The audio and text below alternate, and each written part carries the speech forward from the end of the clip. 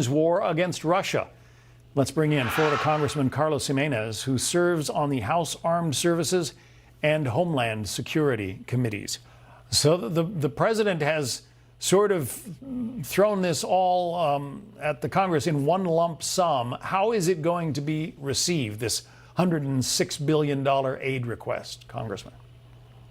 Look, I think we need to break it up. How much aid do you want for Israel? How much aid do you want for Ukraine? How much aid is going to go to Taiwan?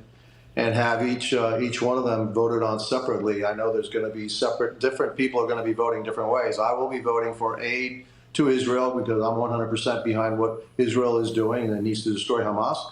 I'll be voting also for aid to Ukraine because Ukraine is keeping our second greatest adversary at bay with 5% of our defense budget, and there's not one drop of American blood being shed there. And so, yeah, I will be supporting Ukraine because they're fighting for their freedom, and obviously the aid that's needed for Taiwan to avert a war with China. And so I think that it all needs to be broken up, and then you'll see different people voting different ways. I'm also very interested to see how many Democrats are actually going to vote not to give aid to Israel. I think that'll be eye-opening in itself. But you don't have a Speaker of the House right now. Are you going to be able to authorize the disbursements of funds like these without an elected Speaker? Well, we can't. Look, if we can't get to an elected Speaker, and I think that we will get to an elected Speaker, we should be moving toward giving Patrick McHenry the powers of the Speaker as the Speaker pro tem. That's something that's been floated. We need to do that again, or actually look at it. If we can't get to a Speaker, I'll be throwing my hat, I'll be throwing my support behind Byron Donalds in this round.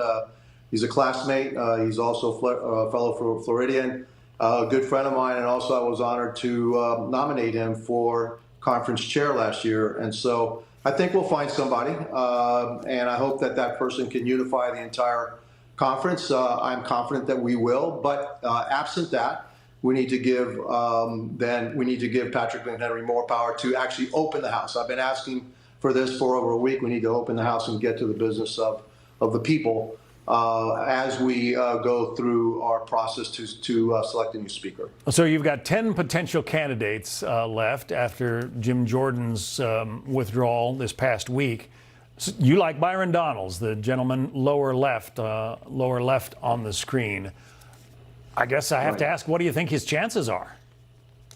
I think his chances are good. Actually, he's a America First real conservative, somebody that I can back. Obviously, I've already said that he's a friend. He's also from my neighboring district. He's a fellow Floridian, also a classmate. And I was honored to endorse him and actually nominate him for conference chair. I think he'd be a great speaker, somebody that can unify all factions in the Republican Party. And look, it's not like we have liberals and moderates. We actually have conservatives and more conservatives, and it's within that range. But you need to unify our party and get moving forward. I think he'd be a great national figure. I think he'd be a great fundraiser for us, and he understands the need for the Republican Party to maintain its majority and actually increase its majority.